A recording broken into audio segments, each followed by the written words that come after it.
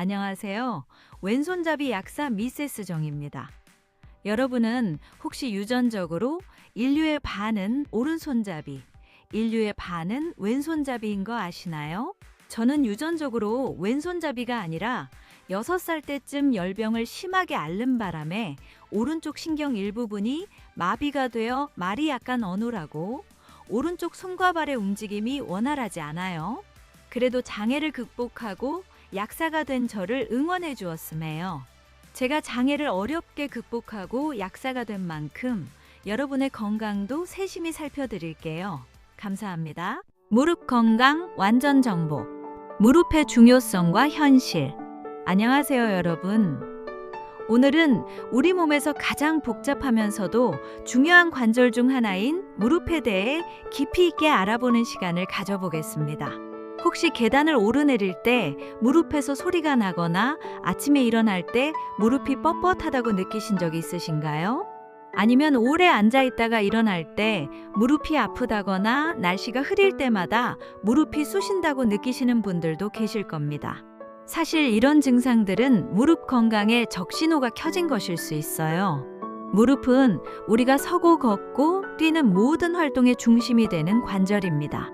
하루에 수천 번씩 구부렸다 펴졌다를 반복하면서 우리 체중의 몇 배에 달하는 압력을 견뎌내고 있죠.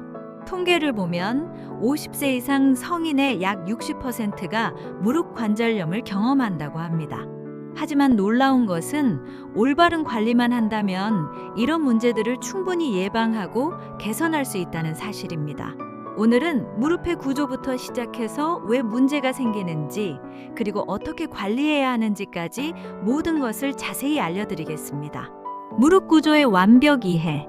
무릎을 제대로 관리하려면 먼저 무릎이 어떻게 생겼고 어떻게 작동하는지 이해해야 합니다.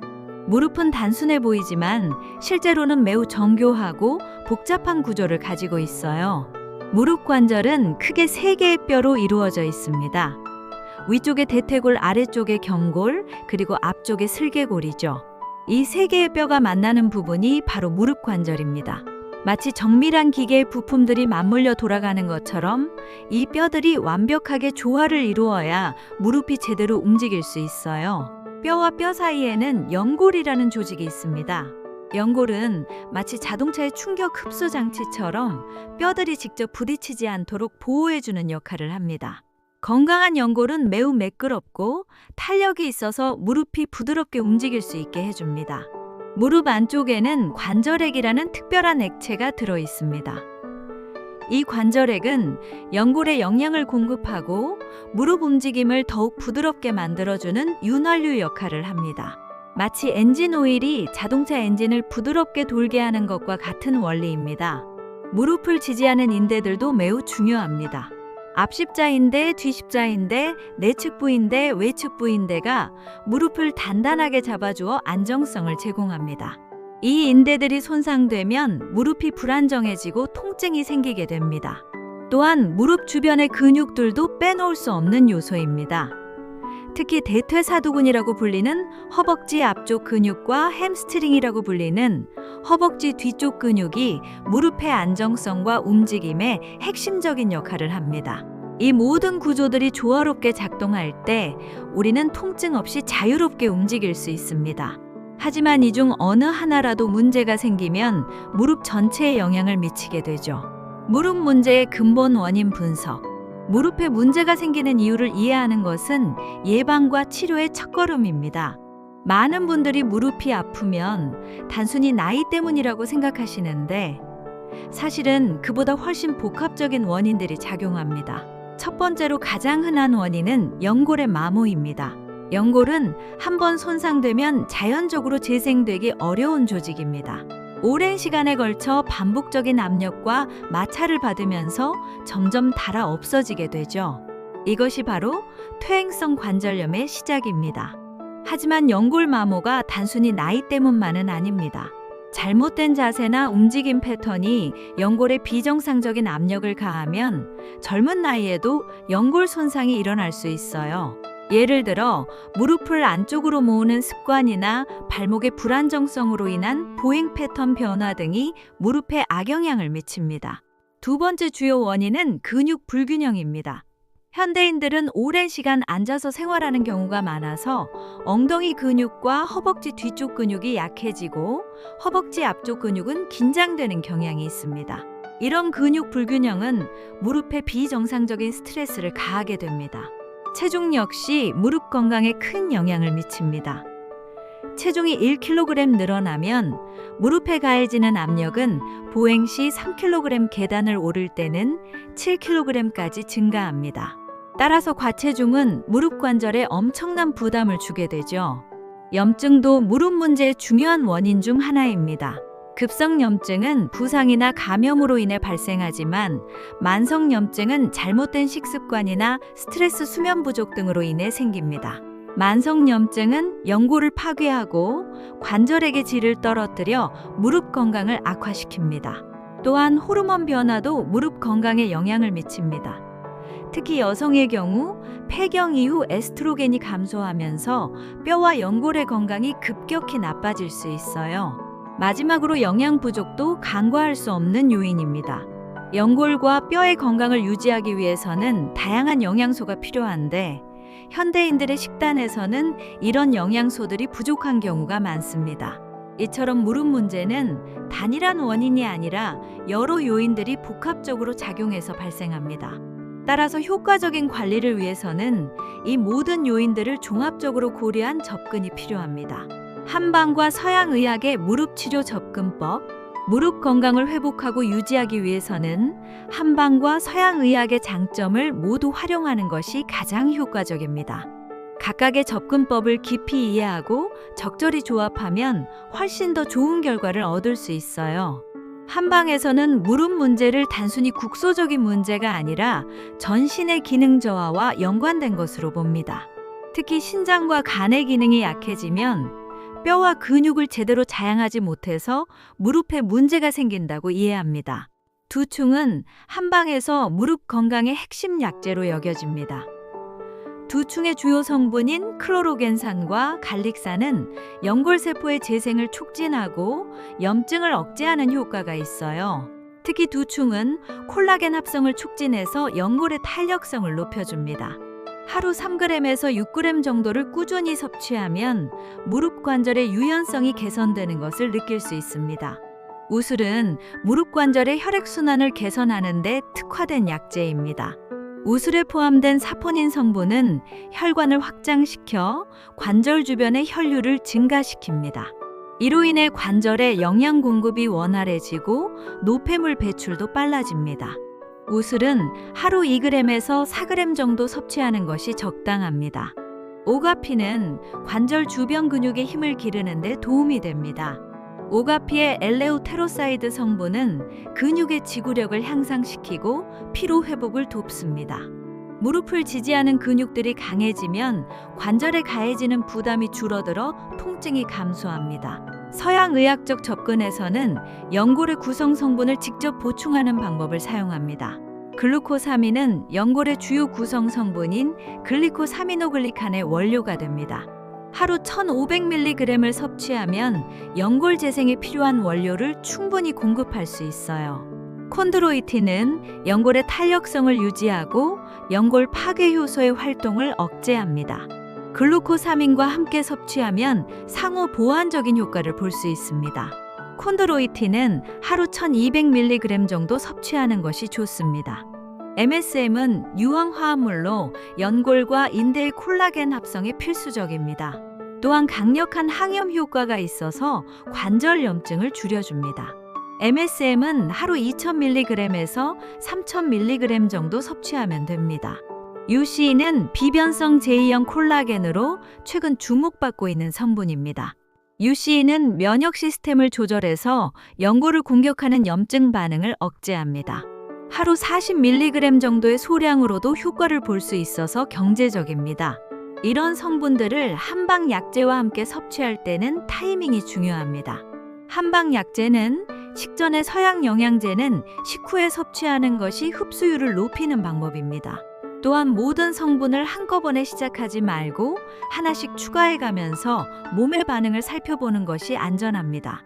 특히 혈액 응고에 문제가 있거나 다른 약물을 복용 중인 분들은 반드시 전문가와 상담 후 섭취하시기 바랍니다. 무릎 강화 운동의 과학적 접근. 무릎 건강을 위한 운동은 단순히 많이 하는 것이 아니라 정확하고 체계적으로 하는 것이 중요합니다.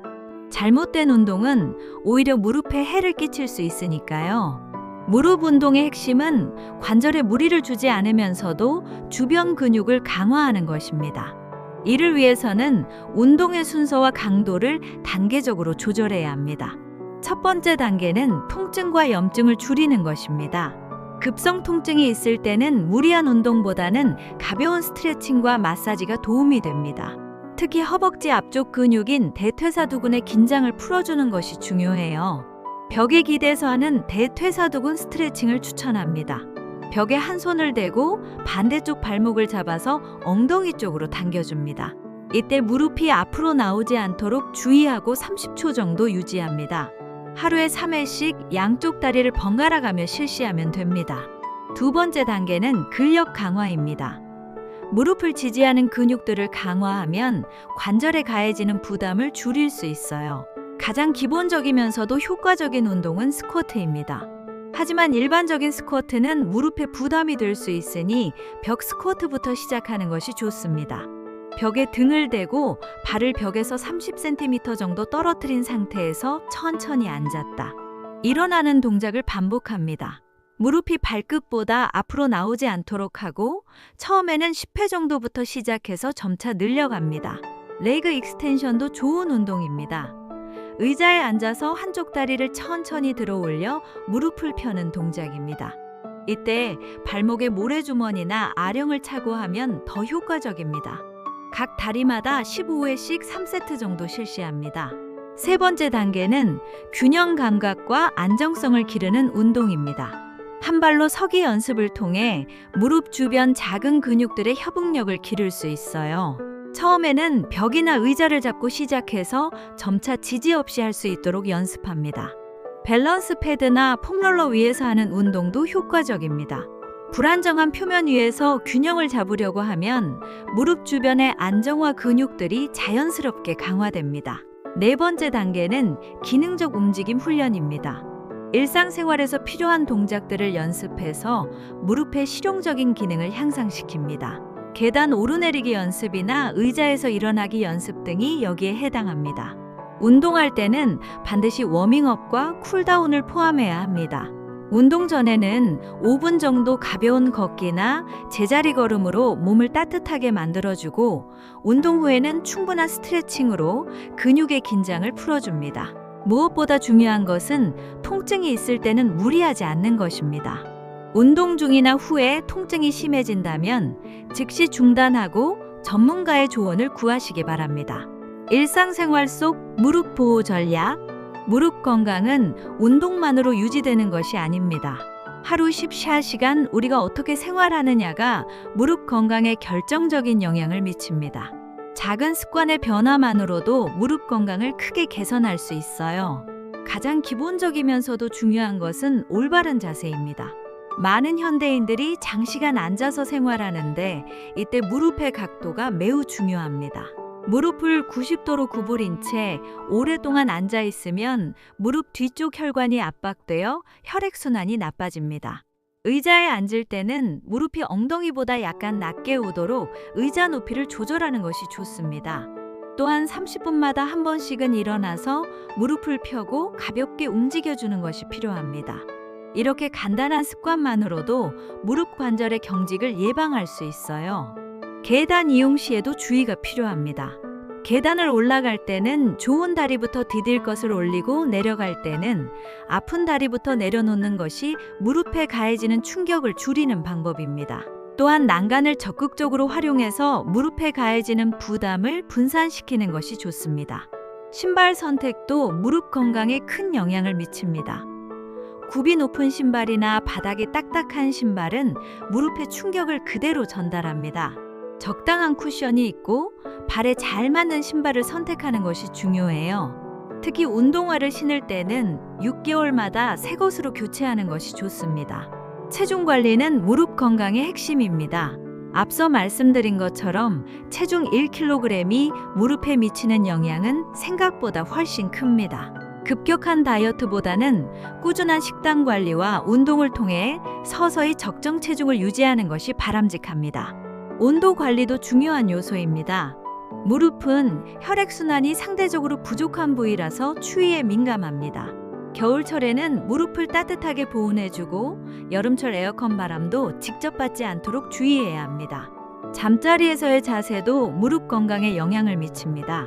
옆으로 누워 잘 때는 다리 사이에 베개를 끼우고 자는 것이 무릎 관절의 정렬을 유지하는 데 도움이 됩니다. 엎드려 자는 자세는 무릎에 부담을 주므로 피하는 것이 좋습니다. 스트레스 관리도 빼놓을 수 없는 요소입니다. 만성 스트레스는 몸의 염증 수치를 높여서 관절 건강을 악화시킵니다. 충분한 수면과 규칙적인 생활, 그리고 적절한 스트레스 해소 방법을 찾는 것이 무릎 건강에도 도움이 됩니다. 마지막으로 정기적인 자가 점검이 중요합니다. 매일 아침 일어날 때 무릎의 상태를 확인해 보고 평소와 다른 증상이 있으면 일찍 대처하는 것이 좋습니다. 작은 변화를 놓치지 않고 관리하면 큰 문제로 발전하는 것을 예방할 수 있어요. 영양 관리와 식단 가이드. 무릎 건강을 위한 영양 관리는 단순히 영양제를 먹는 것 이상의 의미가 있습니다. 우리가 매일 섭취하는 음식이 연골과 뼈의 건강을 좌우하기 때문입니다. 가장 중요한 영양소는 단백질입니다. 연골의 주요 구성 성분인 콜라겐을 만들기 위해서는 충분한 단백질이 필요해요. 특히 동물성 단백질에 포함된 글리신 프롤린, 히드록시프롤린 같은 아미노산들이 연골 재생에 직접적으로 도움이 됩니다. 생선, 특히 연어나 고등어 같은 등푸른 생선에 풍부한 오메가3 지방산은 강력한 항염 효과가 있습니다. 관절 염증을 줄여주고 연골 파괴를 억제하는 역할을 합니다. 주 2회 이상 생선을 섭취하는 것을 권장합니다. 비타민C는 콜라겐 합성이 필수적인 영양소입니다. 딸기, 키위, 브로콜리 같은 식품에 풍부하게 들어있어요. 하루 권장량인 100mg 이상을 섭취하도록 노력해야 합니다. 비타민 D는 칼슘 흡수를 도와서 뼈를 튼튼하게 만들어줍니다. 햇볕을 쬐는 것도 중요하지만 버섯이나 계란 노른자 같은 식품으로도 보충할 수 있습니다. 항산화 성분이 풍부한 채소와 과일도 중요합니다. 블루베리, 체리 석류 같은 베리류에는 안토시아닌이 풍부해서 관절 염증을 줄여줍니다. 또한 시금치, 케일 같은 녹색 채소에는 비타민 K가 풍부해서 뼈 건강에 도움이 됩니다. 반대로 피해야 할 음식들도 있습니다. 설탕이 많이 들어간 음식이나 트랜스 지방이 포함된 가공식품은 몸의 염증 수치를 높입니다. 또한 과도한 염분 섭취는 칼슘 배출을 촉진해서 뼈 건강에 악영향을 미칩니다. 알코올도 무릎 건강에 좋지 않습니다. 알코올은 콜라겐 합성을 방해하고 염증을 증가시킵니다. 가능한 한 적게 마시거나 아예 금조하는 것이 좋습니다. 수분 섭취도 중요합니다. 관절에게 주성분은 물이므로 충분한 수분 섭취가 필요해요. 하루 8잔 이상의 물을 마시는 것을 권장합니다. 식사 시간과 패턴도 고려해야 합니다. 규칙적인 식사와 적절한 간격 유지가 영양소 흡수에 도움이 됩니다. 또한 항염 효과가 있는 녹차나 강황차를 꾸준히 마시는 것도 좋은 방법입니다. 마무리 및 장기 관리 계획. 지금까지 무릎 건강에 대해 구조부터 관리법까지 자세히 알아보았습니다. 무릎 건강은 하루아침에 만들어지는 것도 아니고 하루아침에 나빠지는 것도 아닙니다. 꾸준하고 지속적인 관리가 핵심입니다. 무엇보다 중요한 것은 자신의 현재 상태를 정확히 파악하는 것입니다. 무릎에 이미 문제가 있다면 전문가의 진단을 받아서 적절한 치료 계획을 세우는 것이 필요합니다. 예방 단계라면 오늘 말씀드린 내용들을 차근차근 실천해 보시기 바랍니다. 3개월을 하나의 단위로 생각하고 관리해 보세요. 첫 3개월은 기본 습관을 만드는 기간으로 올바른 자세와 가벼운 운동, 그리고 기본적인 영양 관리에 집중합니다. 다음 3개월은 운동 강도를 높이고 영양제 섭취를 체계화하는 시기입니다. 그 다음 3개월부터는 개인의 상황에 맞게 프로그램을 조정해 나가면 됩니다. 무엇보다 급하게 생각하지 마시고 꾸준히 하는 것이 중요합니다. 한두 달 해보고 효과가 없다고 포기하지 마세요. 관절과 연골의 재생은 시간이 걸리는 과정입니다. 또한 정기적인 점검도 필요합니다. 6개월마다 한 번씩은 자신의 무릎 상태를 객관적으로 평가해보고 필요하다면 전문가의 도움을 받는 것이 좋습니다. 건강한 무릎으로 활기찬 노후를 준비하시기 바랍니다. 오늘부터 시작하면 분명히 좋은 결과를 얻을 수 있을 것입니다. 여러분의 무릎 건강을 응원합니다.